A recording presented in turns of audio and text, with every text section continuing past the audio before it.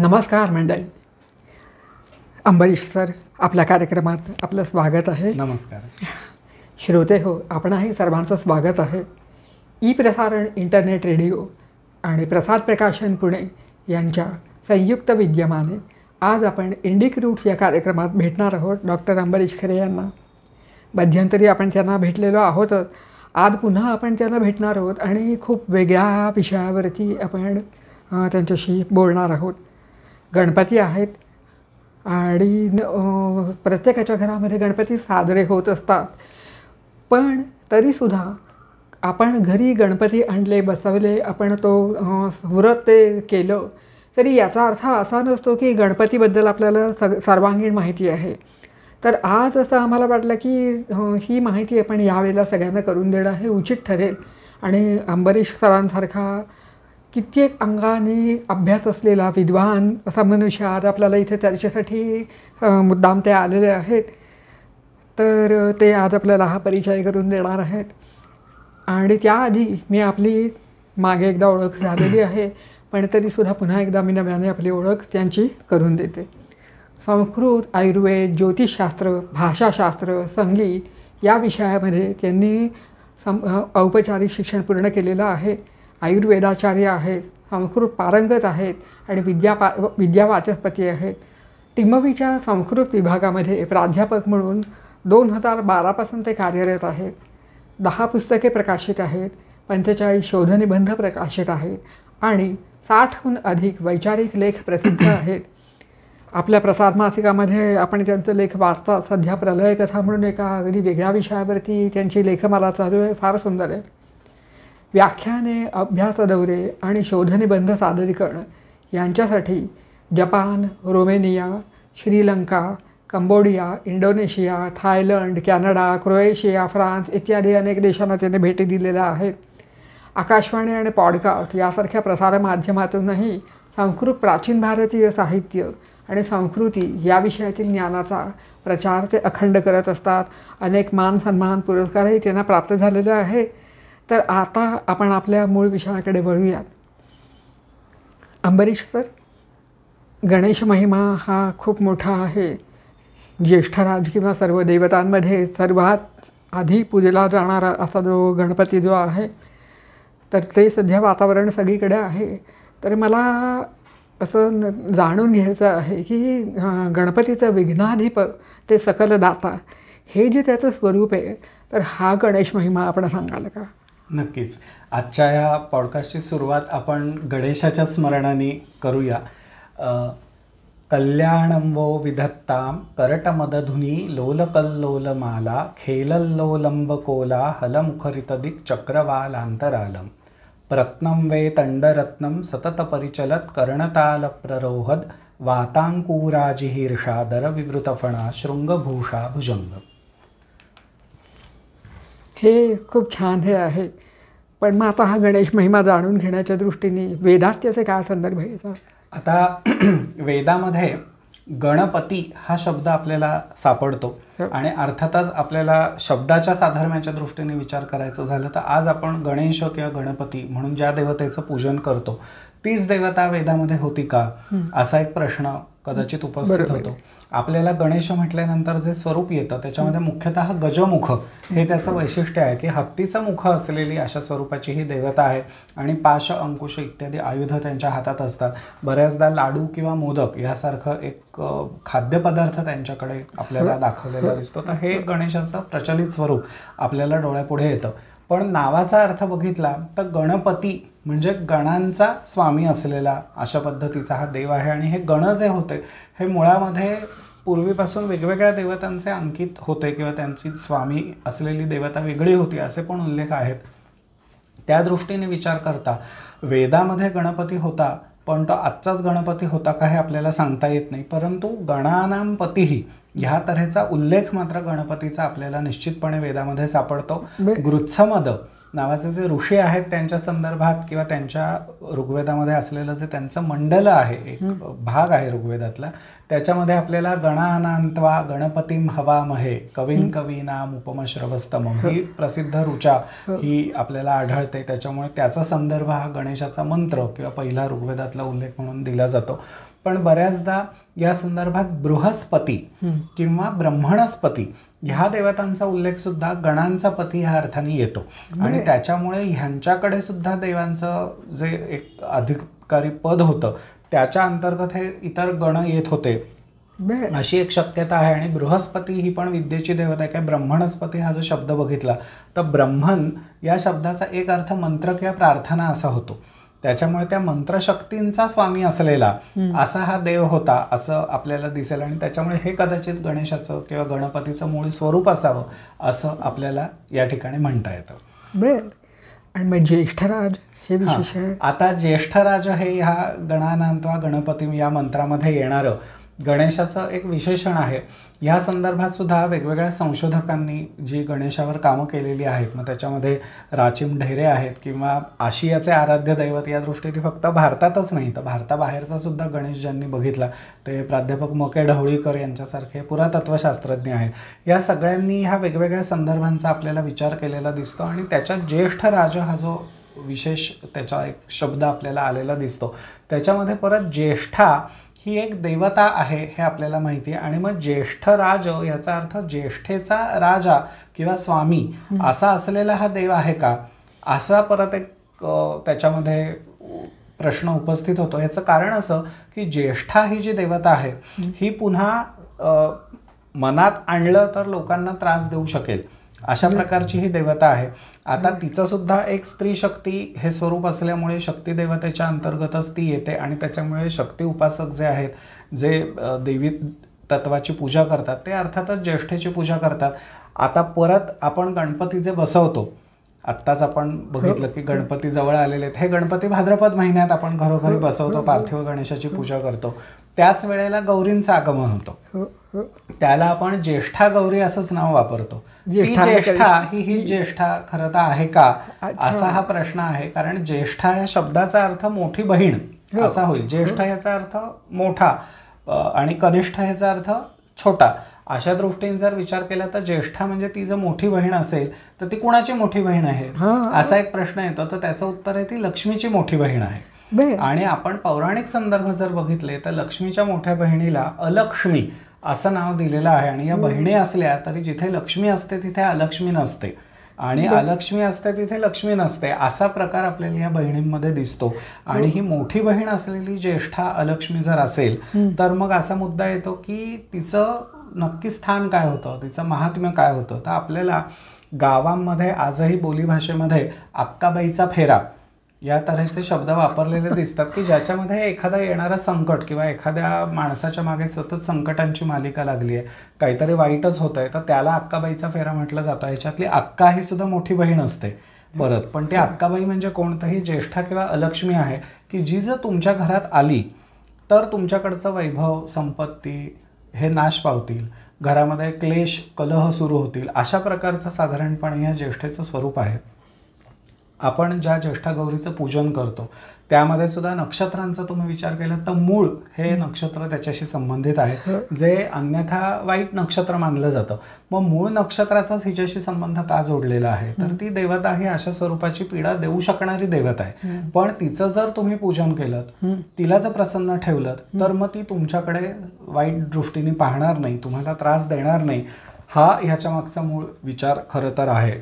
आणि त्या दृष्टीने हा जर ज्येष्ठ राजा असेल तर गणेशाकडेही ती शक्ती होती. त्याला वाटलं तर तो लोकांना त्रास देऊ शकेल विघ्न आणू शकेल पण त्याची जर तुम्ही पूजा केलीत उपासना केलीत तर तो तुमच्या विघ्नांचं निवारणही करेल अशी शक्ती असलेली देवता म्हणून ह्या गणेशाचं हे कदाचित ज्येष्ठ राजा हे विशेषण महत्त्वाचं म्हणून ठरू शकतं. बरोबर आहे बरोबर. मग विनायक. आता विनायक हे सुद्धा एक पुन्हा वेगळं विशेषण गणेशासाठी वापरलं जातं. विनायक म्हटल्यानंतर विशेष नायक किंवा मुख्य नायक अशा अर्थाने जर आपण त्याच्याकडे बघितलं तर हे पुन्हा गणांचे स्वामी असलेले असे आपल्याला दिसतात. वैदिक परंपरेत बघितलं तर पुन्हा आपल्याला असं दिसतं की विनायक हा एक नाही आहे तर ते 4 आहेत. आणि आपल्याला मानव गृह्यसूत्र नावाचा एक ग्रंथ आहे किंवा अथर्ववेदाशी संबंधित असलेला शांतिकल्प नावाचा एक ग्रंथ आहे. याच्यामध्ये ह्या 4 विनायकांचं नाव त्यांचं वर्णन किंवा त्यांची उपासना कशा प्रकारे करावी ह्याविषयी काही उल्लेख सापडतात. हे जर उल्लेख बघितले तर त्याच्यामध्ये आपल्याला त्या 4 विनायकांची जी नावं सापडतात ती शालकटंकट, कुष्मांड राजपुत्र, उत्स्मृत आणि देवयजन अशी नावं आहेत. आणि हे जे 4 विनायक आहेत हे त्यांच्याकडे अद्भुत सामर्थ्य असल्यामुळे त्यांच्या जर मनात आलं तर एखाद्या माणसाला ते झपाटू शकतात, ग्रासून टाकू शकतात, अशा प्रकारे त्यांचं वर्णन येतं. आणि जर एखाद्याच्या मागे हे विनायक लागले तर काय होतं, तर त्या माणसाचं वर्णन हे सुद्धा या ग्रंथांमध्ये केलेलं आहे की तो झोपला तर त्याला चित्रविचित्र स्वप्न पडतील, जटा वाढवलेले किंवा मुंडन केलेले लोकच स्वप्नात दिसतील, रस्त्याने जात असेल तर आपल्या मागून कोणीतरी सतत आपला पाठलाग करतोय, कोणीतरी आपल्यावर नजर ठेवू नये असे सतत भास त्याला व्हायला लागतील. म्हणजे थोडक्यात मानसिक अशांतता ही त्याच्या जागेपणी किंवा स्वप्नात उत्पन्न होईल अशा प्रकारची चिन्ह ही आपल्याला अनुभवता येतात. दैनंदिन कामकाजामध्ये, व्यवहारामध्ये काहीतरी वाईट घटना घडतात. इथे वर्णन असं येतं की समजा वाणी असेल तर त्याचं दुकान नीट चालत नाही, जर विद्यार्थी असेल तर त्याला अभ्यासात यश मिळत नाही, एखादा अध्यापक असेल तर त्याला प्राचार्य पद मिळत नाही. म्हणजे अशा प्रकारच्या गोष्टी ह्याच्यामध्ये सांगितलेल्या आहेत. म्हणजे कुठून तरी तुमच्या दैनंदिन आयुष्यात संकट येणं, वाईट गोष्टी येणं, हवी असलेली गोष्ट मिळणं थांबून काहीतरी अडथळा उत्पन्न होणं, अशा प्रकारच्या गोष्टी या विनायकांनी त्रास दिला तर घडतात. आणि म्हणून मग त्याचा बंदोबस्त कसा करायचा, तर त्यासाठी या विनायकांची प्रार्थना केली पाहिजे. त्यांना सांगितलं पाहिजे की आम्हाला तुम्ही त्रास देऊ नका. यासाठी विनायक कल्प हा विधी या मानवगृह्य सूत्रात सांगितलेला आहे. शांतिकल्पामध्ये जो येतो त्याला विनायक स्नपन असं म्हणतात. म्हणजे शब्दशः विनायकांना स्नान घालणं आणि त्यांचा प्रतिष्ठापना करायची 4 विनायकांची, त्यांना स्नान घालायचं, नैवेद्य दाखवायचं विशिष्ट प्रकारचा, पूजा करायची आणि प्रार्थना करायची असा हा विधी आहे की तो केला तर ते विनायक तुम्हाला कुठल्याही प्रकारच्या संकटात पाडत नाहीत आणि तुमच्या आयुष्यात भरभराट होते. त्याच्यामुळे शांती संदर्भात आलेला हा शांतिकल्प ग्रंथ येतो. त्याच्यामुळे एक प्रकारे तुमच्या विघ्नांचा नाश होण्यासाठीचा एक विधी म्हणून या विनायकांचा हा विधी. विनायक शांती म्हणजे हीच का? नाही, ती अजून वेगळी आहे. ही अथर्ववेदाची जी परंपरा आहे याच्यात ह्या 4 विनायकांची शांती सांगितलेली आहे. अच्छा, म्हणजे कल्प आणि शांती ह्या दोन्ही वेगळ्या गोष्टी आहेत. अच्छा, मग महाभारतात गणपती आला आहे का, कसा आहे? आता महाभारतामध्ये सुद्धा आपल्याला असं दिसतं की विनायक किंवा गणेश्वर यासारखी नावं सापडतात, ती बहुवचनामध्ये सापडतात. म्हणजे ते अनेक होते एवढं आपल्याला म्हणता येतं. आणि ते सुद्धा एक देवतांचा समूह किंवा देवतांचा गट या अर्थाने काही वेळेला हे शब्द आलेले दिसतात. आणि महत्त्वाचं म्हणजे त्यांच्या प्रार्थनेने किंवा त्यांची पूजा केली असता विघ्नांचा नाश होतो, हे महाभारतामध्ये सुद्धा सांगितलेलं आहे. आपल्याला परंपरेमध्ये एक जी कथा सापडते त्याच्यामध्ये व्यासांना महाभारत लिहिण्यासाठी गणेशाने मदत केली अशा प्रकारचा उल्लेख सापडतो. किंबहुना गणेशाला बोलवून खास व्यासांनी महाभारत लिहून घेतलं अशा प्रकारचे उल्लेख आपल्याला सापडतात. पण तुम्हाला माहिती आहे की ह्या संदर्भात सुद्धा ही कथा विकसित कशी झाली याच्याबद्दल डॉक्टर माधवी कोल्हटकर यांनी काही मत मांडलेलं आहे की मूळ महाभारतात ती कथा आहे का किंवा ती नंतर कशा प्रकारे सापडते याविषयी त्यांनी विवेचन केलेलं आहे. पण परंपरेत थोडक्यात सांगता येईल ही काळाच्या ओघात नंतर तयार झालेली कथा असावी असं आपल्याला दिसतं. आणि त्याचा अर्थातच पुढच्या काळातला राजशेखर नावाचा एक जो संस्कृत कवी आहे त्याच्या वाङ्मयाशी त्याचा काही संबंध आहे. म्हणजे स्थानिक आपण ज्या वेगवेगळ्या परंपरा बघतो की महाभारताच्या अगदी आज उपलब्ध असलेल्या भांडारकर संस्थेने प्रसिद्ध केलेल्या चिकित्सक आवृत्तीत कदाचित एखादी कथा नसते, परंतु महाभारताच्या इतर आवृत्तींमध्ये ती कथा उपलब्ध असते. कारण महाभारत कथा, रामायण कथा या गोष्टी अशा आहेत की त्या जरी वाल्मिकींनी किंवा व्यासांनी लिहिल्या असं आपण म्हणत असलो तरीसुद्धा त्या आपल्या तनामनात मिसळलेल्या पूर्वापार चालत आलेल्या कथा आहेत. आणि प्रत्येक ठिकाणी त्या पुराणिक जसं देवळामध्ये पुराण सांगतात तशा गावोगावी प्रांतोप्रांती सांगितल्या जाणाऱ्या कथा आहेत. त्याच्यामुळे अर्थातच काही ठिकाणी थोडा थोडा फरक या कथांमध्ये झालेला दिसतो आणि भारतभरामध्ये थोड्याफार वेगवेगळ्या प्रकारे ही कथा सांगितलेली दिसते. तर त्याच्यातलं हे एक व्हर्जन म्हणून आपण म्हणू शकतो की ज्याच्यामध्ये व्यासांनी हे गणेशाकडून लिहून घेतलं अशा प्रकारची कथा ही आलेली आपल्याला बघायला मिळते. ॲक्च्युली मी वेदांपासून एकदम धडामदिशी महाभारतावर आले, पण मध्ये मग इतर कुठे गणपतीचा उल्लेख सापडतो? मग त्याच्यानंतर आपल्याला बघायचं झालं तर पुराण वाङ्मय हा एक विचार करायला लागतो. फार नाही मिळत आपल्याला उल्लेख त्या ठिकाणी. पण पुराण वाङ्मयामध्ये मिळतो. आणि किंबहुना आपल्याला असं लक्षात येतं की आपल्याला माहिती असलेला गणेश हा जो आहे हा खरं तर पुराणामध्येच आहे, कारण त्याचं स्पष्ट वर्णन, त्याच्या कथा, त्याला गजमुख जे प्राप्त झालं ते कसं झालं याविषयीच्या सगळ्या माहितीचा मुख्य स्रोत हा आपले पुराण ग्रंथ आहेत असं आपल्याला म्हणता येतं. आणि त्यातल्या कथांचा जर विचार केला तर आपल्याला असं दिसतं की पार्वतीच्या मलापासून ही या गणेशाची उत्पत्ती सांगितलेली आहे की तिने तपश्चर्या केल्यानंतर तिच्या अंगावर जो एक थर जमा झालेला होता तो तिने एकत्र केला आणि त्याच्यात चैतन्य उत्पन्न करून तो गणेश त्या ठिकाणी प्रगट झाला. आणि अर्थातच पार्वतीच्या शरीरापासून त्याची उत्पत्ती असल्यामुळे तो पार्वती नंदन म्हणजे पार्वतीचा मुलगा या स्वरूपात प्रसिद्ध झाला. आणि मग त्यावेळेला अर्थातच तो मानवी देहात होता, त्याला गजमुख नव्हतं. मग गजमुख कसं आलं यासाठी सुद्धा पुराणांमध्ये आपल्याला कथा येते की पार्वती स्नानासाठी गेलेली असताना तिने त्याला बाहेर रक्षणासाठी ठेवलं की माझं स्नान पूजा होईपर्यंत तू कुणालाही आत पाठवायचं नाहीस. आणि त्यावेळेला तिथे नेमके शिव येतात आणि मग शिव गणेश यांच्यामध्ये युद्ध होतं. त्याच्यामध्ये शिवाच्या त्रिशूलाच्या प्रहारामुळे त्याचं मस्तक छेदलं जातं, शिरच्छेद होतो. आणि मग पार्वती आकांत करते, त्याला पुन्हा जिवंत करण्यासाठी ती शंकराच्याकडे धाव घेते. आणि मग शेवटी शिव सांगतात की ह्याला आपण दुसऱ्या एका प्राण्याचं मस्तक हे जोडावं लागेल. आणि मग तसा प्राणी कोणता एक हत्ती त्यांना मिळतो आणि त्या हत्तीचं मस्तक जोडून हा गणेश पुन्हा सजीव होतो, त्याच्यामध्ये प्राण परत येतात. आणि त्याच्यामुळे मग देह मानवाचा परंतु मस्तक मात्र गजाचं, हत्तीचं, अशा प्रकारची ही देवता हे आपल्याला उत्पन्न झाल्याचं दिसतं. आता ह्याच्यात सुद्धा मनात काही प्रश्न उत्पन्न येण्यासारखे आहेत की जर त्या देहाला पुन्हा जिवंत करणं, संजीवित करणं शक्य होतं शंकराला, तर जे मस्तक तोडून टाकलं तेच पुन्हा का नाही लावलं? तर त्याच्यात पुराणांमध्ये आपल्याला 2-3 उल्लेख वेगवेगळे सापडतात. काहीमध्ये आपल्याला असा उल्लेख सापडतो की ते उडवलेलं मस्तक अंतराळात खूप दूरवर निघून गेलं. त्या त्रिशूळाचा प्रहार इतका प्रचंड होता की ते इतक्या लांबवर गेलं की ते शोधून आणून पुन्हा बसवणं शक्य नव्हतं. त्यामुळे मग दुसरं मस्तक बसवलं गेलं. काही ठिकाणी असं सांगितलेलं आहे की त्या शिरच्छेद झाला म्हणजे फक्त तुटलं असं नाही, तर ते मस्तक नष्ट चूर्णच होऊन गेलं त्या मस्तकाचं. आणि त्याच्यामुळे मग वेगळं मस्तक तिथे आणून बसवणं हे गरजेचं झालं. तर अशा प्रकारचे काही उल्लेख हे आहेत ज्याच्यातून त्याला गजमुख का हा जो मनात आपल्या एक प्रश्न उपस्थित होऊ शकतो त्याचं उत्तर देण्याचा प्रयत्न ह्या कथांमध्ये केलेला आहे. आणि मग आपल्याला लक्षात येतं की हा गजमुख प्राप्त झालेला म्हणजे गजानन असा जो देव आहे त्याला शंकर वरदान देतात आणि सांगतात की हे जे माझे गण आहेत ह्या गणांचा आता प्रमुख इथून पुढे तू हो. आणि मग तो खरं तर गणपती किंवा गणेश हा झाला हे आपल्याला लक्षात येतं. म्हणजे वास्तविक ते शिवगण किंवा दैवतांचे गण आहेत, परंतु त्याचं पतित्व, आधिपत्य हे गणेशाकडे ह्या शिवाच्या वरदानातून आल्याचं आपल्याला म्हणता येतं. मग पुराणांमधून आता स्मृती वाङ्मयाकडे जर आपण आलं तर स्मृतींमध्ये काय मिळतं? स्मृतींमध्ये आता महत्त्वाचा मुद्दा असा आहे की त्यात सुद्धा याज्ञवल्क्य स्मृती नावाचा जो ग्रंथ आहे त्याचं आपल्याला विशेष नाव या ठिकाणी घ्यावं लागेल.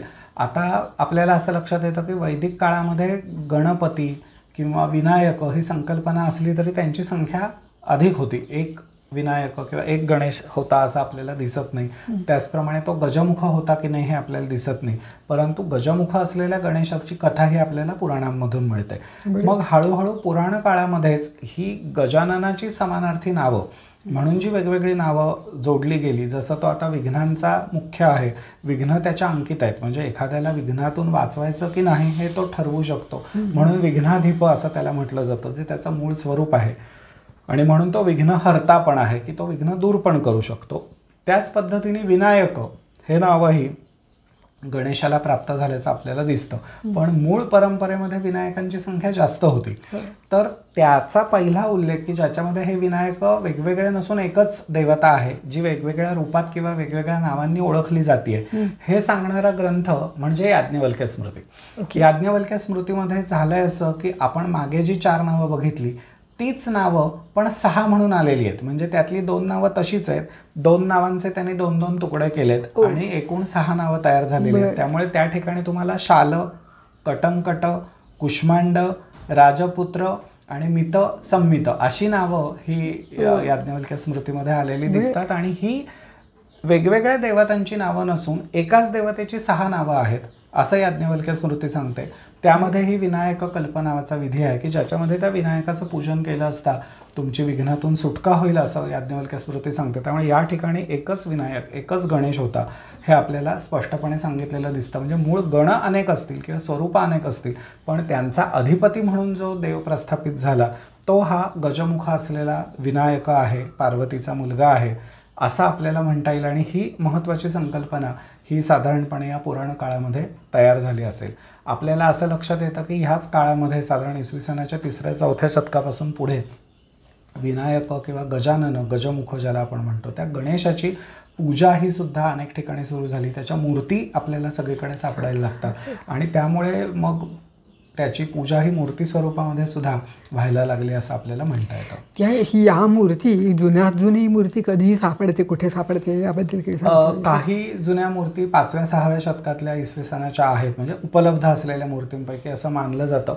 आंध्र प्रदेशामध्ये त्यातल्या काही मूर्ती आहेत. पण एक वेगळा उल्लेख करायचा झाला तर भारताबाहेर म्हणजे अफगाणिस्तानामध्ये सुद्धा गार्देज नावाचं एक ठिकाण आहे. त्या ठिकाणी गणेशाची एक उत्तम मूर्ती आपल्याला मिळालेली आहे आणि हा उभ्या अवस्थेतला म्हणजे 2 पायावर उभा असलेला असा गणेश आहे. बैठी मूर्ती नाही आहे ती, परंतु आपल्याला असलेली जी त्याचे हात म्हणा किंवा त्याचं गजमुख असणं, छान मुकुट घातलेला आहे वगैरे अशा प्रकारची जी मूर्ती आपल्याला अपेक्षित असते गणेश म्हटल्यावर, त्या स्वरूपाची मूर्ती ही अफगाणिस्तानमध्ये सापडलेली आहे. भारताबाहेरचे इतर देश जर आपण बघितले म्हणजे आग्नेय आशियाचा जर विचार केला, कंबोडिया, इंडोनेशियासारखे देश, तर त्यामध्ये सुद्धा आपल्याला असं दिसतं की अनेक मंदिरांच्या बाहेर किंवा अंतर्भागी आपल्याला गणेशाची प्रतिष्ठा झालेली होती. गणेशाच्या मूर्ती तिथे मिळतात. फक्त ते थोडे अजून उशिराचे 10व्या-11व्या शतकातले, पण तरी 1001 वर्षाची म्हणजे त्याला परंपरा आहे असं आपल्याला दिसतं. तर भारताबाहेरही अनेक ठिकाणी आपल्याला गणेशाच्या मूर्ती पाहायला मिळतात. कसलं ग्रेट. आता म्हणजे हे भारतात आणि भारताच्या बाहेरचं आपण हे बघितलं, पण मला आता गणपतीबद्दलची इतर माहिती जाणून घ्यायची होती की आत्ता पुराण काळापर्यंत आपण आलो आहोत, तर गणपतीवरती आधारित पुराणं पण आहेत मला वाटतं, तर ती कोणती कोणती? आता गणेशाविषयीचा वाङ्मय असा जर आपण विचार केला तर 2-3 महत्त्वाच्या गोष्टींचा मला उल्लेख करायला आवडेल. एक म्हणजे पुराण म्हटल्यानंतर आपल्याला 18 पुराणं प्रमुख डोळ्यापुढे येतात, जी व्यासांनी लिहिली असं आपण मानतो. ही जी 18 पुराणं आहेत त्याच्यामध्ये गणेशाविषयीची पुराणं नाहीत, परंतु ही जी 18 पुराणं आहेत याच्यामध्ये अर्थातच गणेशकथा भरपूर मोठ्या प्रमाणावर येतात.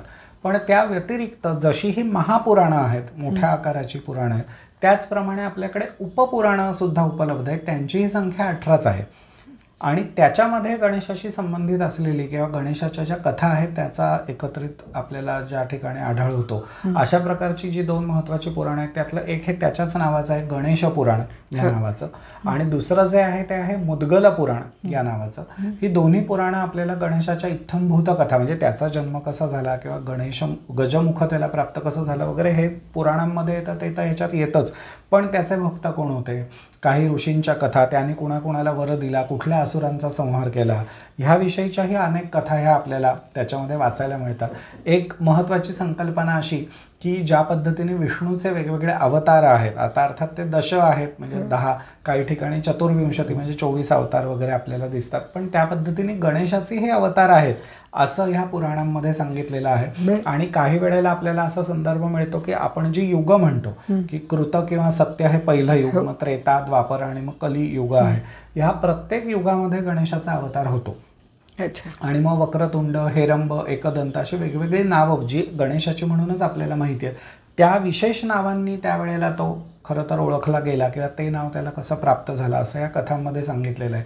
त्याचप्रमाणे गणेश म्हटल्यानंतर आपल्याला चतुर्भुज हा गणेशाचा एक माहिती असलेला भाग असतो, किंवा वाहन म्हटलं तर मूषक हे त्याचं वाहन म्हणून आपल्याला माहिती असतं. पण हे जर अवतार आपण बघितले तर काही ठिकाणी 8 हाताचा, 10 हाताचा वगैरे अशा प्रकारचे गणेश. त्याच्यानंतर मोर हे वाहन असलेला त्याचा एक अवतार आहे ज्याला मयुरेश किंवा मयुरेश्वर आपण म्हणतो. तर अशा प्रकारचं वर्णन हे या पुराणांमध्ये आपल्याला वाचायला मिळतं. आणि अर्थातच त्यावेळेला एखादा असुर जो जन्माला आलेला असतो, सगळ्यांना त्रास देत असतो, त्याची पीडा नष्ट करून पुन्हा एकदा धर्माची संस्थापना करण्यासाठी ह्या गणेशाने अवतार घेतला.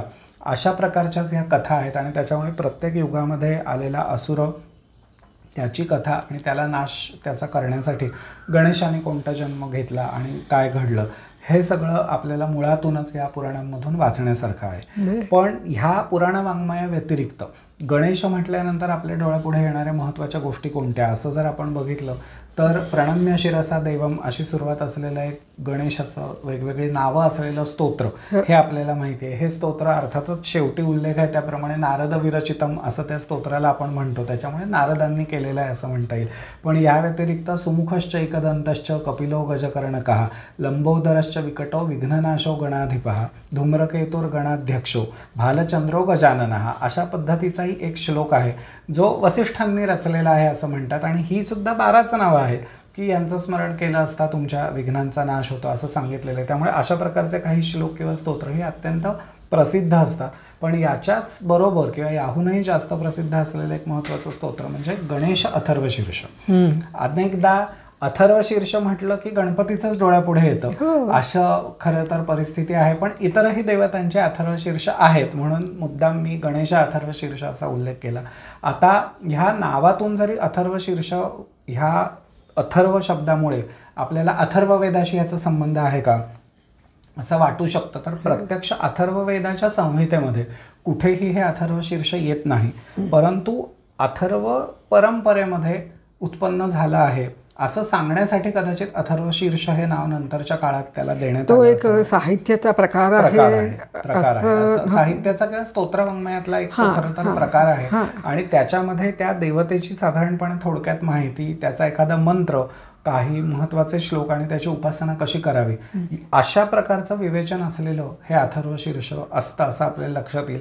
गणेश अथर्वशीर्ष ह्याच्याकडे तुम्ही नमुना म्हणून जर बघायचं ठरवलं तर तुमच्या असं लक्षात येईल की ते पूर्णपणे वृत्तबद्ध पण नाही आहे. वृत्तम वचमी सत्यम वचमी यासारखी छोटी छोटी गद्य वाक्य ही सुद्धा त्याच्यामध्ये आपल्याला आहेत असं दिसतं. परंतु गणेश हा सर्वव्यापक आहे, तोच जणू सर्व देवता स्वरूपात प्रकटलेला आहे आणि तो मूळ ब्रह्म आहे हे सांगणारी वाक्य म्हणजे खल्विदम ब्रह्म वगैरे जसं आपल्याला उपनिषदांमध्ये मिळतं त्या स्वरूपाचे उल्लेख आपल्याला ह्या गणेश अथर्वशीर्षात मिळतात की त्वम ब्रह्मा त्वम विष्णुस्त्वम रुद्रस्त्वम इंद्रस्त्वम अग्निस्त्वम वायुस्त्वम सूर्यस्त्वम चंद्रमास्त्वम ब्रह्मभूर्भुवस्वरम असं जे म्हटलंय त्या ठिकाणी हे सगळे देव म्हणजे गणेशच आहे असं त्यांनी सांगितलेलं आहे. आणि त्याच्यातून गणेशाची महती ही त्यांनी प्रस्थापित केलेली आहे. हेच करत असताना पुढे जाऊन त्या अथर्वशीर्षामध्ये आपल्याला त्यांनी गंग हा एक अक्षरी जो मंत्र किंवा बीज ज्याला आपण म्हणू शकतो हे गणेशाचं आहे हे सांगितलंय. आणि त्यालाच पुढे गणपतये नमः असं लावून आणि ओंकार हा सुरुवातीला येतो त्याच्यामुळे ओम गंग गणपतये नमः हा मंत्र या ठिकाणी सांगितलाय. हे सांगणारं सुद्धा अथर्वशीर्षच आहे असं आपल्याला लक्षात येईल. पुन्हा हा मंत्र कोणी सांगितला हे म्हणण्यासाठी एखाद्या मंत्राचा जप करताना आपल्याला ऋषी छंद देवता माहिती पाहिजे. म्हणून त्याचा उल्लेख हा त्या ठिकाणी येतो की गणक ऋषी आहे, निचृत गायत्री छंद आहे हे त्याच्यामध्ये आपल्याला सांगितलं. आणि अर्थात गणपती ही त्याची देवता आहे. ही सगळी माहिती ही अथर्वशीर्षामध्ये खरं तर येते. आणि मग त्याच्यानंतर पुढे जाऊन आपल्याला गणेश गायत्री ह्या स्वरूपात ज्याचा उल्लेख आपल्याला करायला लागतो तो गणेश गायत्री मंत्र आणि मग त्याचे अजून 2 श्लोक अशा प्रकारे ते अथर्वशीर्ष जे आहे ते संपूर्ण होतं. हा साधारणपणे एक वेगळ्या प्रकारचा स्तोत्राचा भाग हा आपल्याला बघायला मिळतो. आणि हे अथर्वशीर्ष म्हणून गणेशाला अभिषेक करणं किंवा अथर्वशीर्षाची सहस्र म्हणजे 1000 आवर्तनं करणं अशा प्रकारचे विधी हे आवर्जून गणेशाच्या संदर्भात केले जातात. त्याच्यामुळे अथर्वशीर्ष हे या परंपरेतलं एक महत्त्वाचं स्तोत्र आहे असं आपल्याला म्हणायला लागेल. आणि एक वेगळं अजून सांगायचं झालं तर कसं असतं की प्रत्येक देवतेचं एखादं स्तोत्र मुख्य असतं किंवा प्रसिद्ध असतं, पण त्याच धर्तीवर इतर देवतांची सुद्धा स्तोत्र ही त्यांचे जे भक्त असतात किंवा प्राचीन काळी होऊन गेलेले ऋषी आहेत, पंडित होते, त्यांनी रचली आणि त्या देवतेची स्तुती करण्यासाठी ती स्तोत्र ही प्रवृत्त झाली असं आपल्याला म्हणता येईल. म्हणजे उदाहरण द्यायचं झालं तर महिम्न स्तोत्र अशा प्रकारचा जर विचार आपण केला. आता मराठीत महिम्न असं म्हणतो पण मूळ संस्कृत महिमन असा शब्द आहे ज्याचा महिमा असा अर्थ होतो.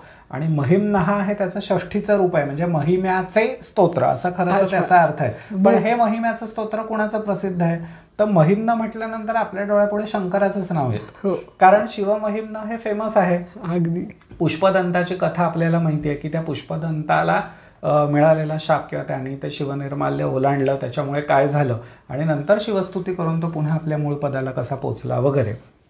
या ठिकाणी शिवमहिम्न जरी प्रसिद्ध झालं किंवा शिवाचं स्तोत्र म्हणून झालं प्रसिद्ध, तरी आपल्याला लक्षात येतं की अशा पद्धतीने विष्णू महिम्न स्तोत्र आहे, गणेश महिम्न स्तोत्र आहे किंवा देवीचं महिम्न स्तोत्र आहे, अशी इतरही महिम्न स्तोत्र ही तयार झालेली आहेत. इव्हन गीता पण म्हणता येईल तशी. गणेश गीता ही आपल्याला प्रसिद्ध दिसते. सहस्रनाम म्हटल्यानंतर विष्णूचं डोळ्यापुढे येतं, कारण विष्णू सहस्रनाम हे भीष्मांनी युधिष्ठिराला सांगितलं, हे पहिलं महाभारतामध्ये आपल्याला आलेलं दिसतं. पण गणेशाचं सुद्धा गणेश सहस्रनाम नावाचं स्तोत्र आहे. तर अशा प्रकारची काही महत्त्वाची गणेशाशी संबंधित स्तोत्र ही सहस्रनाम स्वरूपाची किंवा महिम्न स्तोत्र या स्वरूपाची आपल्याला बघायला मिळतात.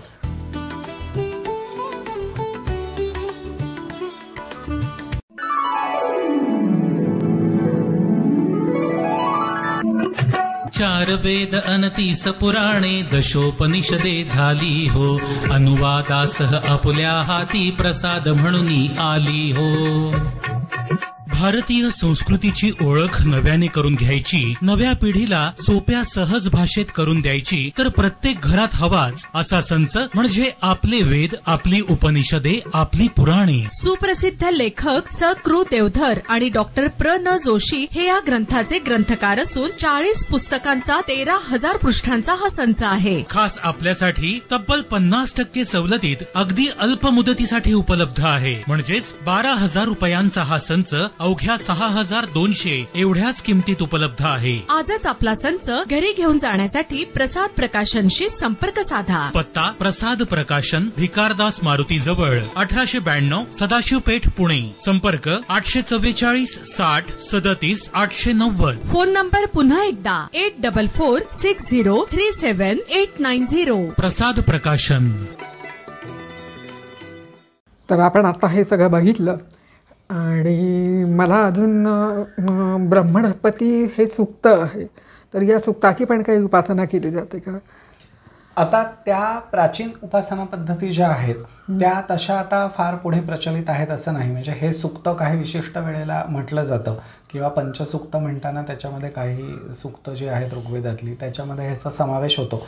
परंतु वैदिक परंपरेमधील सुक्त ही आता नंतरच्या गणेश उपासनेमध्ये विशेष वापरात आहेत असं आपल्याला म्हणता येत नाही. पण तत्त्वज्ञानाच्या पातळीवर मात्र आपण जर बघितलं तर गणेश ही सुद्धा एक महान मोठी देवता असल्यामुळे त्याचा विचार हा या परंपरेत केला होता असं आपल्याला दिसतं.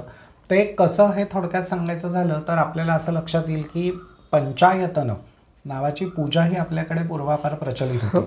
आदि शंकराचार्यांनी ही शोधली असं नाही आहे, ती आधी होतीच, परंतु शंकराचार्यांनी मोठ्या प्रमाणावर त्या पूजेचा प्रचार केला, असं पुनरुज्जीवन केलं, लोकांपर्यंत ते पोहोचवलं. आणि ह्याचं कारण काय तर पंथामध्ये वाद होऊ नयेत. हे सर्व देव हे एकमेकांशी संपर्क साधून असलेले, एकमेकांची भक्ती करणारे आहेत. त्यामुळे मी अमुक देवतेची भक्ती करतो म्हणून दुसऱ्या देवतेला मी नावं ठेवायची हे योग्य नाही. हा खरं महत्त्वाचा विचार हा या पूजेमागे असावा असं मला वाटतं. पंचायतनाचा तुम्ही विचार केलात तर तुमच्या लक्षात येईल की शिव, विष्णू, गणेश, पार्वती किंवा अन्नपूर्णा हे खरं तर तिचं स्वरूप आहे, आणि सूर्य, ह्या 5 देवतांचा समावेश या पंचायतनामध्ये होतो. जर मी वैष्णव असेन किंवा विष्णू माझ्याकडे आराध्य दैवत म्हणून घराण्यामध्ये चालत आलेलं आहे तर माझ्या पंचायतनामध्ये मध्यभागी विष्णू असतो, पण उरलेल्या 4 कोपऱ्यांमध्ये शिव, अन्नपूर्णा, गणेश आणि सूर्य हे असतात. जर मी शैव असेन तर शिव मध्यभागी असतो आणि उरलेल्या 4 देवता 4 कोपऱ्यात. त्यांचाही काही क्रम वगैरे ठरलेला असतो. प्रत्येकी मध्यभागी ही देवता असेल तर कुठल्या कोपऱ्यामध्ये उरलेली 4 कुठली देवता असावी हे फिक्स्ड असतं आणि त्याप्रमाणे त्याची पूजा केली जाते. आणि ही करत असताना तुम्ही 5ही देवतांची पूजा करत असल्यामुळे जरी मुख्य देवता म्हणून तुम्ही एकाकडे बघितलं तर उरलेल्यांना वाईट बोलणं किंवा त्यांचा त्रास होईल असं काही करणं हे अपेक्षित नसतं आणि ते होत नाही माणसाकडून.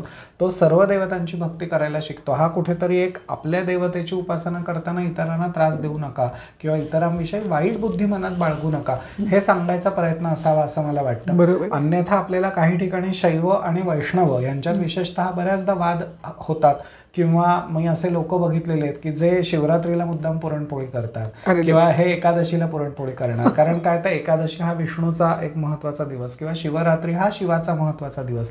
पण तसं न करता आपण जर पुराण परंपरा बघितली, आपल्याकडच्या कथा बघितल्या तर आपल्याला शिव हा कायम रामाचं ध्यान करतो असं सांगितलेलं आहे आणि विष्णू हा कायम शिवाचं ध्यान करतो असं सांगितलेलं आहे. त्यामुळे तुम्ही जेव्हा विष्णूला नाव ठेवता त्यावेळेला तुम्ही मोठ्या सगळ्यात असलेल्या शिवभक्ताला नावं ठेवताय.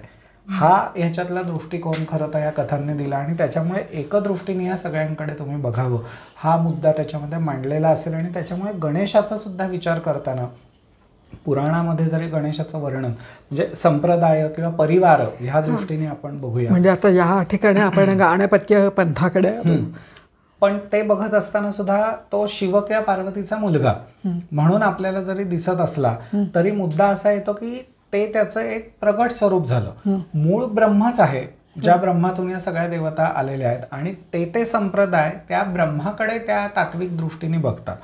आणि त्यामुळे महागणपती ही एक मूळ देवता होती ज्याच्यातून हे अख्खं विश्व उत्पन्न झालं. अशा प्रकारचं एक तत्वज्ञान हे सुद्धा गाणपत्य संप्रदायामध्ये आपल्याला दिसतं. आणि मग ह्या महागणपतींनी ब्रह्मदेव, विष्णू आणि शिव यांना निर्माण केलं आणि त्यांना सांगितलं की ब्रह्मदेवाने सृष्टीची निर्मिती करावी, विष्णूने त्याचं पालन करावं आणि शेवटी संहाराचं जे कार्य आहे ते त्यांनी शिवाकडे दिलेलं आहे. म्हणजे महागणपती हे ब्रह्माचंच स्वरूप एक प्रकारे झाल्यासारखं आहे आणि तिथून पुढे ही सगळी सृष्टीची निर्मिती झाली असा प्रकार आपल्याला दिसतो. त्याचप्रमाणे कार्तिकेय हा सुद्धा शिवपुत्र म्हणून आपल्याला माहिती असतो.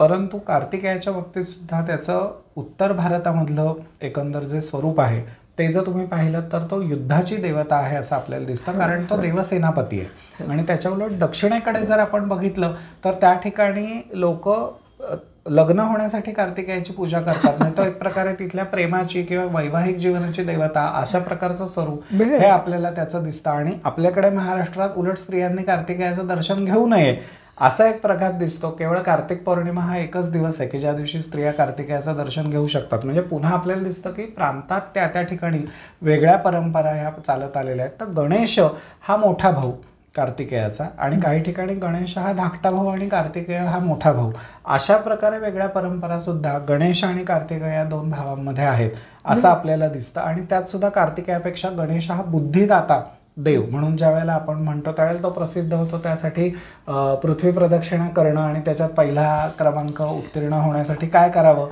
तर अख्ख्या पृथ्वीला प्रदक्षिणा घालण्याऐवजी आपल्या आईवडिलांना प्रदक्षिणा केली की पृथ्वी प्रदक्षिणेचंच पुण्य असतं ही बुद्धी चालवून गणेशाने ती सगळ्यात आधी पूर्ण केली वगैरे. ह्या कथांमधून आपल्याला बुद्धिदेवता म्हणून ती कशी महत्वाची आहे हे सांगितलेलं दिसतं. त्यामुळे तो बुद्धिदाता म्हणून सुद्धा प्रसिद्ध झाला. त्याचे काही मंत्र जे आहेत त्यांचं स्मरण केलं किंवा जप केला की तुमची बुद्धी तल्लख होते, तीव्र होते असं मानलं जातं. काही लोकांचे असेही अनुभव असतात की ज्या वेळेला सहस्रावर्तन आपण करतो गणेश अथर्व शीर्षाची त्यावेळेला तुमचे इंट्युशन वाढतात किंवा त्या पॉवर्स तुम्हाला जास्त चांगल्या प्रकारे होणाऱ्या घटना कधी कधी कळतात. कारण काय की त्यावेळेला तुमची मंत्रशक्ती वाढलेली असते. अशा प्रकारचे अनुभव हे सुद्धा लोकांनी आवर्जून नोंदवलेले आपल्याला बघायला मिळतात. त्यामुळे कुठेतरी बुद्धी किंवा प्रज्ञा याच्याशी संबंधित असलेली देवता म्हणून गणेश हा आपल्याला प्रसिद्ध झालेला दिसतो. आणि अर्थातच मग हळूहळू तो सगळंच देऊ शकतो.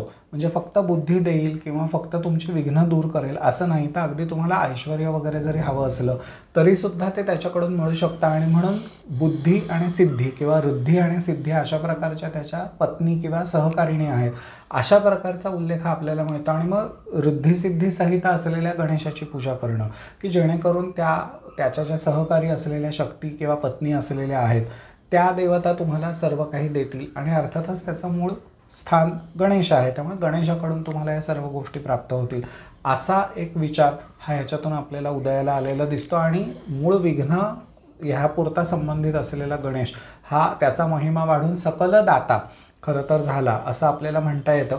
ह्याच प्रकारे गणेशाचं असं सुद्धा एक स्त्री रूप आपल्याला कधीतरी बघायला मिळतं.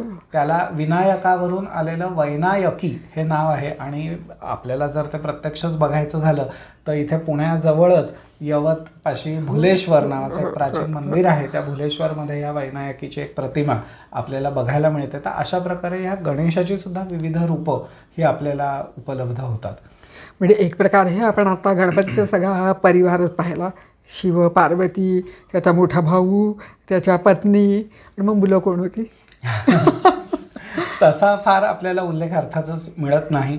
काही वेळेला आपल्याला असंही दिसतं की देवांच्या ह्या कुटुंबामध्ये तुम्ही जर तसं बघितलं तर शिवाला कार्तिकेय किंवा गणेश यासारखी मुलं होती, हे उल्लेख सोडले तर देवतांना फार मुलं आहेत किंवा त्यांचा असा परिवार वाढला आहे असा काही उल्लेख मिळत नाही. काही पुराणांमध्ये पार्वतीच्या शापामुळे देवतांना पुत्रप्राप्ती होत नाही अशा प्रकारच्या कथा ह्या सुद्धा आलेल्या आहेत. आणि काही वेळेला एका देवतेच्या अनेक पत्नी असणं वगैरे असाही प्रकार आपल्याला दिसतो.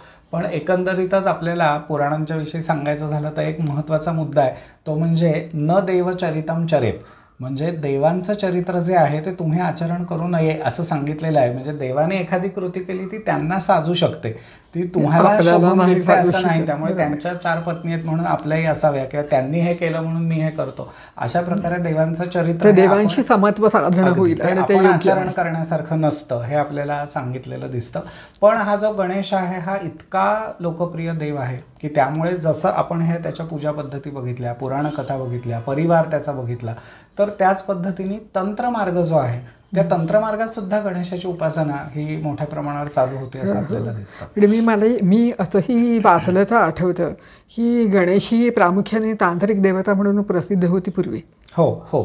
आता त्याच्यामध्ये मुळात कसं आहे की प्रथम पूज्य हे जे त्याचं स्वरूप आहे की विघ्नांचा तो अधिपती असल्यामुळे आपलं कार्य निर्विघ्नपणे पार पाडावं अशी ज्याची म्हणून इच्छा आहे त्याने पहिल्यांदा काय केलं पाहिजे तर गणेशाचं स्मरण केलं पाहिजे, पूजन केलं पाहिजे आणि त्याच्यानंतर आपल्याला जे काही काम सुरू करायचं आहे ते त्यांनी सुरू करावं. म्हणून पहिला मान पूजेचा हा गणपतीला हा दिला गेल्याचं आपल्याला दिसतं. त्यामुळे तंत्रमार्गामध्ये सुद्धा गणेश पूजन करून हा त्यांचे जे काही तांत्रिक विधी असतील, पूजा असतील त्या अनेकदा सुरू होतात असं आपल्याला दिसतं. गणेश पूजेचा जर विचार करायचा झाला तर जसा हा प्रथम पूजेचा मान त्याला मिळालेला आहे त्याच पद्धतीने तो ह्या विविध गोष्टी आपल्याला देऊ शकतो हे गृहीत धरल्यामुळे काही संप्रदाय हे पूर्ण गणेशाचीच पण तंत्ररूपाने पूजा करणारे असे सुद्धा नंतर प्रचलित झाले असं आपल्याला दिसतं. तंत्रमार्गामध्ये सांगायचं झालं तर आपल्याला एकदंत नावाचं एक त्याचं जे स्वरूप दिसतं की ज्याच्यामध्ये आता त्यातही पुराण कथा म्हणाल तर उपलब्ध आहेत की ज्याच्यामध्ये परशुराम आणि गणेश यांचं युद्ध झालं असता परशुच्या वारामुळे परशुरामाने केलेल्या त्याचा एक दात तुटला आणि त्याच्यामुळे त्याचा एकच दात शिल्लक राहिला अशा प्रकारचा उल्लेख आणि म्हणून त्याला एकदंत हे नाव मिळालं असं आपल्याला दिसतं.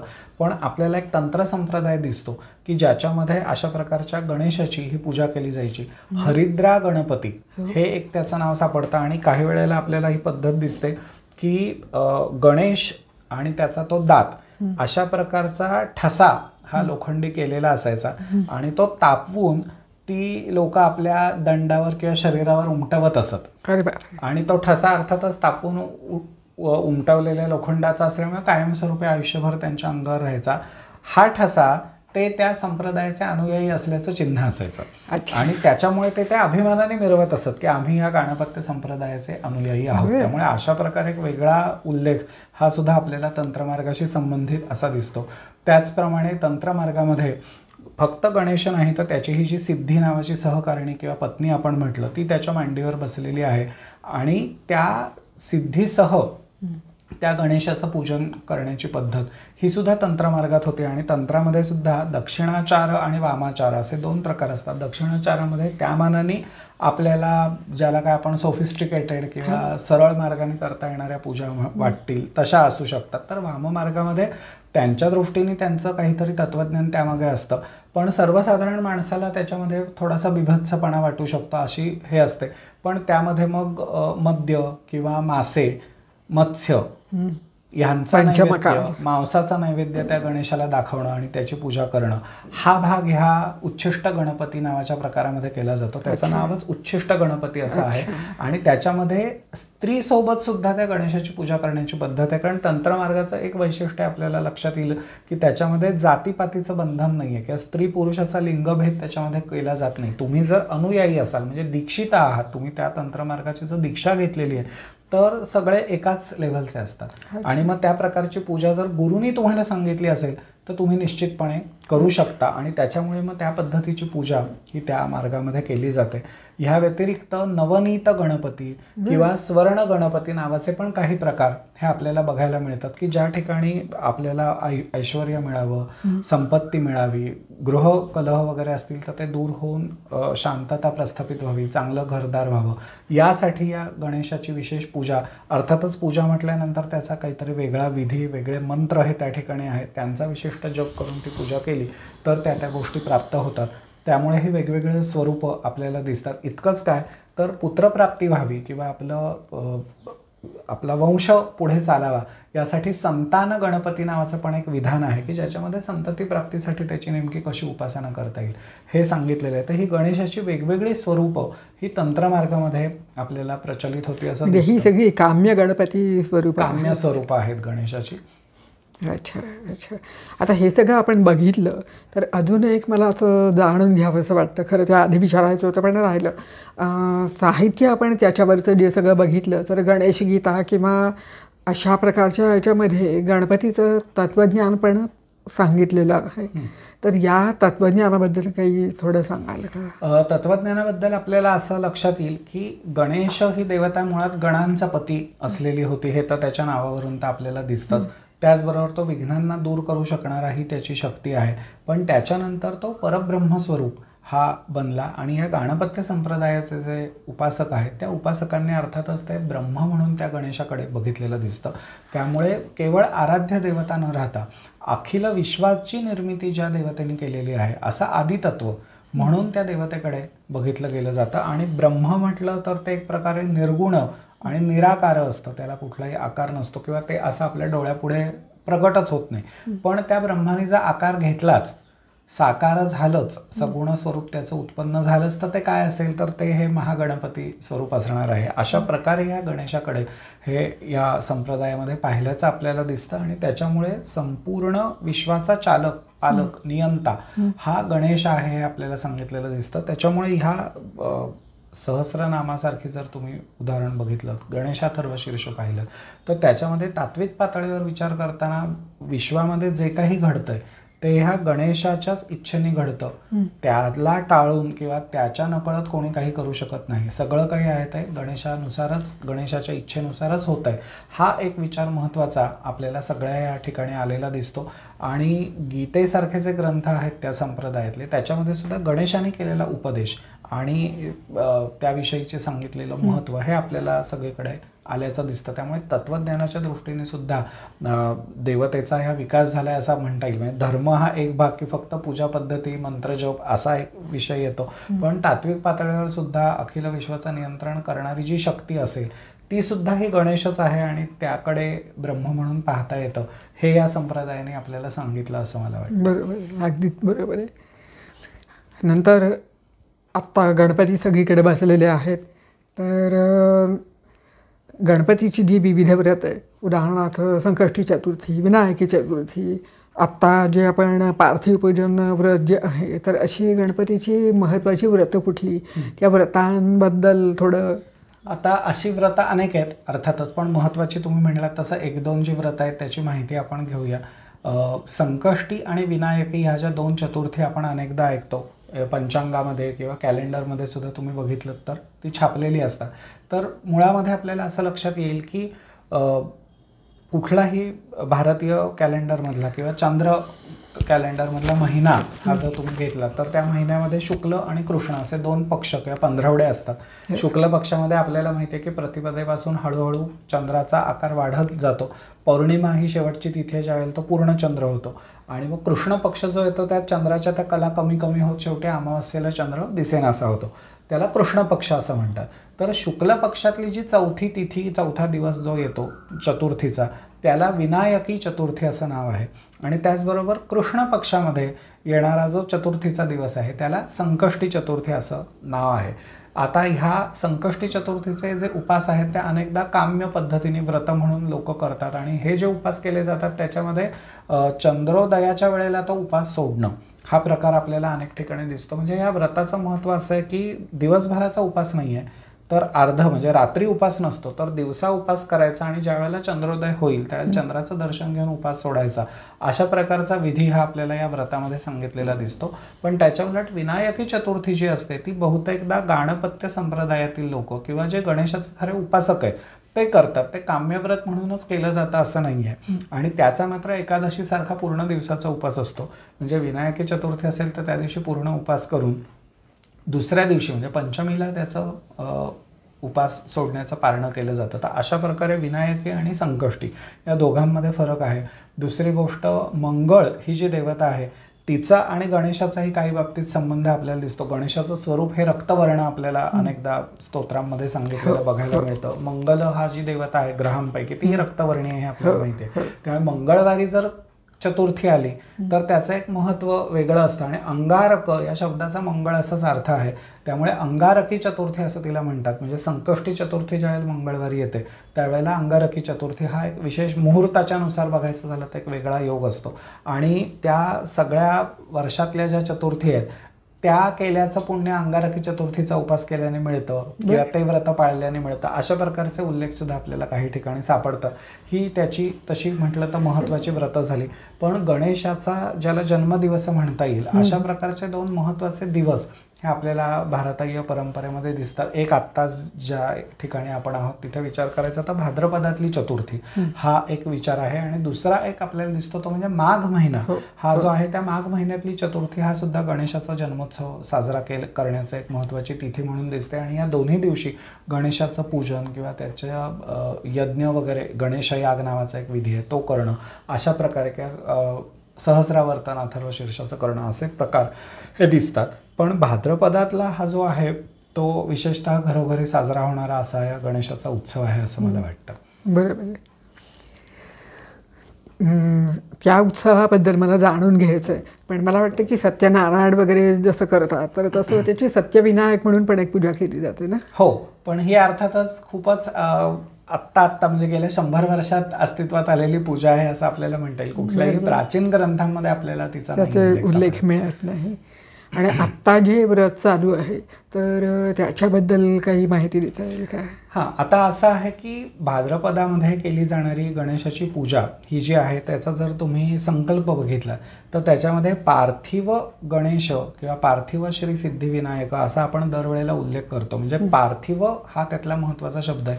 यातला पृथ्वी हा जो शब्द आहे त्याचा अर्थ आपल्याला माहिती आहे जमीन.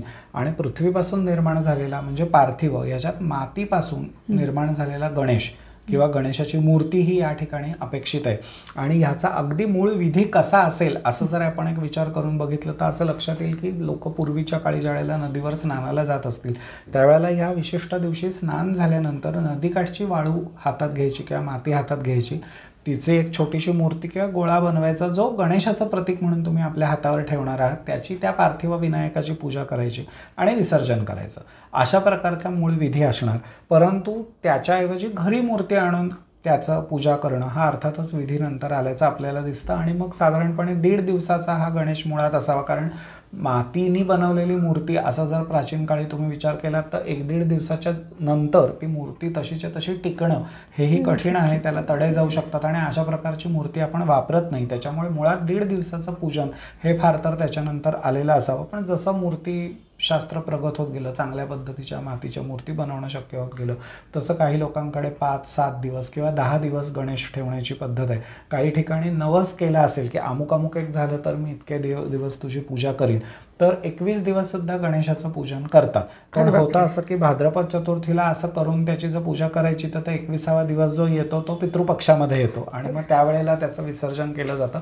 पण अशा प्रकारचे विधी किंवा नवस बोलून तितके दिवस गणेश ठेवणं किंवा गणेशाची प्राणप्रतिष्ठित मूर्ती घरी ठेवणं हा प्रकार आपल्याला अनेक ठिकाणी प्रचलित आहे असं दिसतं. पण मूळ पूजा जर बघायची झाली तर त्याच्यामध्ये पार्थिव आणि ती मातीची मूर्ती असणं हा सगळ्यात महत्त्वाचा मुद्दा आहे असं मला वाटतं. मग त्या दृष्टीने जर बघितलं तर आता हळूहळू जी पद्धत यायला लागलेली की चांदीची मूर्ती ठेवायची, विसर्जित करायची आणि पुन्हा पुढच्या वर्षी तीच बसवायची, तर हे कसं वाटतं? हां, मूळ परंपरेच्या दृष्टीने विचारलं तर तसं अपेक्षित नाही. मातीची मूर्ती बनवून त्याचं विसर्जन करणं हेच अपेक्षित आहे. ती मूर्ती किती मोठ्या आकाराची करा असं काहीही सांगितलेलं नाही. त्यामुळे तुम्ही साध्या मातीची घरी छोटीशी मूर्ती करून किंवा गोळा ठेवून जरी तो गणेश आहे असं म्हणलं, शेवटी ही आपली भक्ती आहे. जसं तुम्ही एखाद्या पूजाविधीमध्ये सुपारी ठेवता आणि तो गणेश म्हणून त्याची पूजा करता, शेवटी ते प्राणप्रतिष्ठित तत्व हे त्या ठिकाणी देवतेचं येतं आणि तुम्ही त्याची पूजा करता.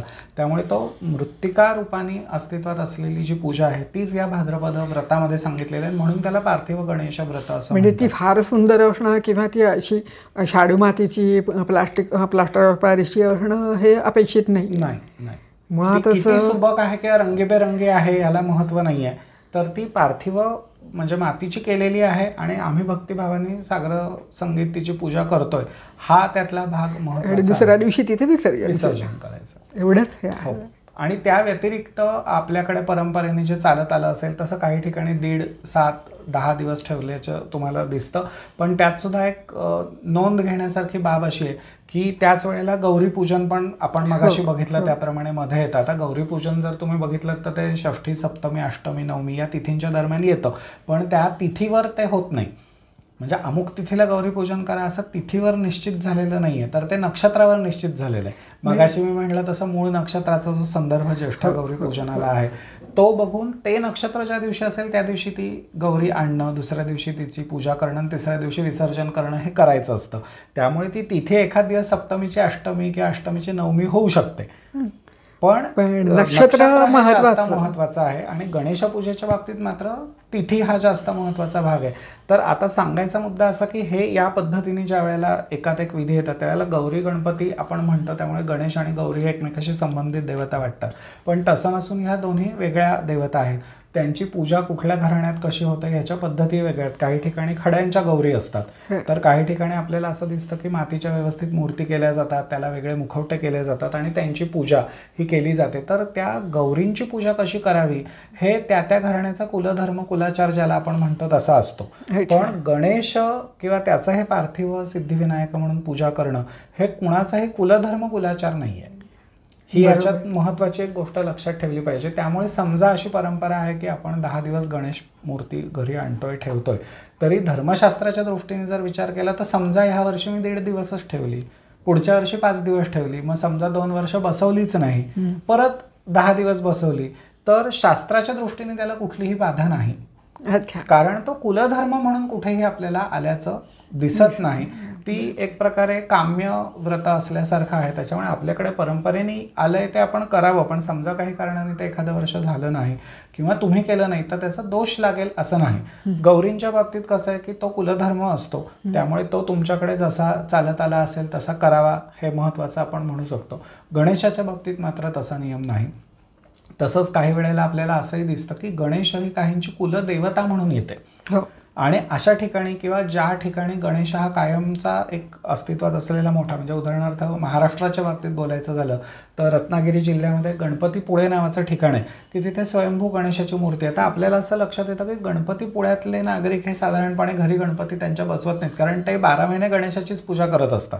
त्याच्यामुळे तो वेगळा बसवून विसर्जन करणं हा प्रकार नसतो. की कुलदेवता ज्यांची गणेश आहे ते सुद्धा गणेश मूर्तीची वेगळी पूजा करत नाहीत, कारण कुलदेवता म्हणून त्यांनी 12 महिनेच त्या देवतेची पूजा करणं अपेक्षित असतं. त्यामुळे हे काम्य व्रत पण खूप लोकप्रिय झाल्यामुळे घरोघरी करण्यात येणारं व्रत आहे असं आपल्याला म्हणता येईल. त्यामुळे ज्याला जसं जमेल तसं त्यांनी त्याच्या इच्छेप्रमाणे आणि शक्तीप्रमाणे यथाशक्ती आणि यथेच्छ त्या गणेशाची भक्ती करावी, पूजा करावी हे खरं तर योग्य होईल. पण मग आता याच्यामध्ये ही गौरी ही गणपतीशी थेट संबंधित देवता नाही, मग ती आहे कोण, म्हणजे ते जोडीने काय येते? मी तुम्हाला म्हटलं तसं ती जर ज्येष्ठा गौरी आपण गृहीत धरली तर ज्येष्ठ राज हा असल्यामुळे कदाचित एका वेळेला ते त्यांचं आगमन झालं का किंवा एकमेकांशी त्याचा संबंध आला का ही एक शक्यता आहे. पण हे संशोधनाचा हा खरं तर मुद्दा आहे. पण एक लक्षात घेतलं पाहिजे की भाद्रपदातले सण या दृष्टीने जर विचार केला तर गणेश चतुर्थीच्या आदल्या दिवशी हरितालिका पूजन केलं जातं किंवा 10व्या दिवशी विसर्जन म्हणत असताना अनंत चतुर्दशी हे त्या 10व्या दिवसाचं नाव आपल्याला दिसतं, कारण चतुर्थीपासून 10 दिवस म्हणजे चतुर्दशी येते. पण मुद्दा असा आहे की ह्या दिवसांचं त्यांचं वेगळं महत्व आहे. ते जरी ह्या गणेश पूजनाच्या मध्ये येत असतील तरी गणेशाशी त्यांचा संबंध असलाच पाहिजे असं नाही आहे. जसं हरतालिका पूजन जे आहे ते मुळामध्ये कशासाठी सांगितलं तर आपल्याला असं लक्षात येतं की मुली शिवपूजा एक प्रकारची करतात जेणेकरून आपलं विवाह चांगला व्हावा, पती मिळावा ह्यासाठी ती केली जाते किंवा पतीच्या दीर्घायुष्यासाठी केली जाते, असं त्याला एक काहीतरी इतिहास दिसतो. अनंत पूजनाच्या बाबतीत सांगायचं झालं तर तो विष्णूचा खरं तर व्रत सगळं असलेलं, पूजा असलेलं अशा प्रकारचा विधी आहे. आणि विष्णू ही त्याची मुख्य देवता आहे, कारण अनंत हे विष्णूचं नाव आहे. ते अनंत व्रत हे वेगळं घ्यावं लागतं आणि तो विशिष्ट तंतूंनी तो बांधून त्याची पूजा करणं वगैरे, आणि ते सुद्धा ज्यांच्याकडे आहे चालत आलेलं त्यांनी ते पुढे चालवणं अपेक्षित असतं किंवा कुणाला तो मिळाला तरी मग त्याला ती पूजा पुढे करावी लागते, असा प्रकारचा आपल्याला उल्लेख हा सापडतो. पण ती व्रत वेगळी आहेत. ती जरी ह्या गणेश पूजनाच्या दरम्यान येत असली तरी गणेशाशी त्याचा साक्षात संबंध नाही.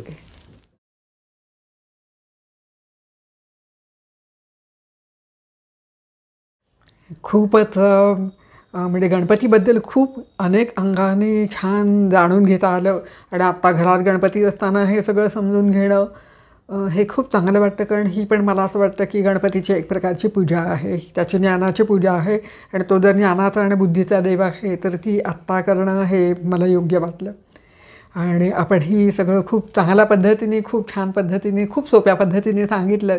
याबद्दल मी आमच्या सगळ्यांच्या वतीने आणि प्रेक्षकांच्या वतीने आपले मनपूर्वक आभार मानतो. धन्यवाद. धन्यवाद. धन्यवाद.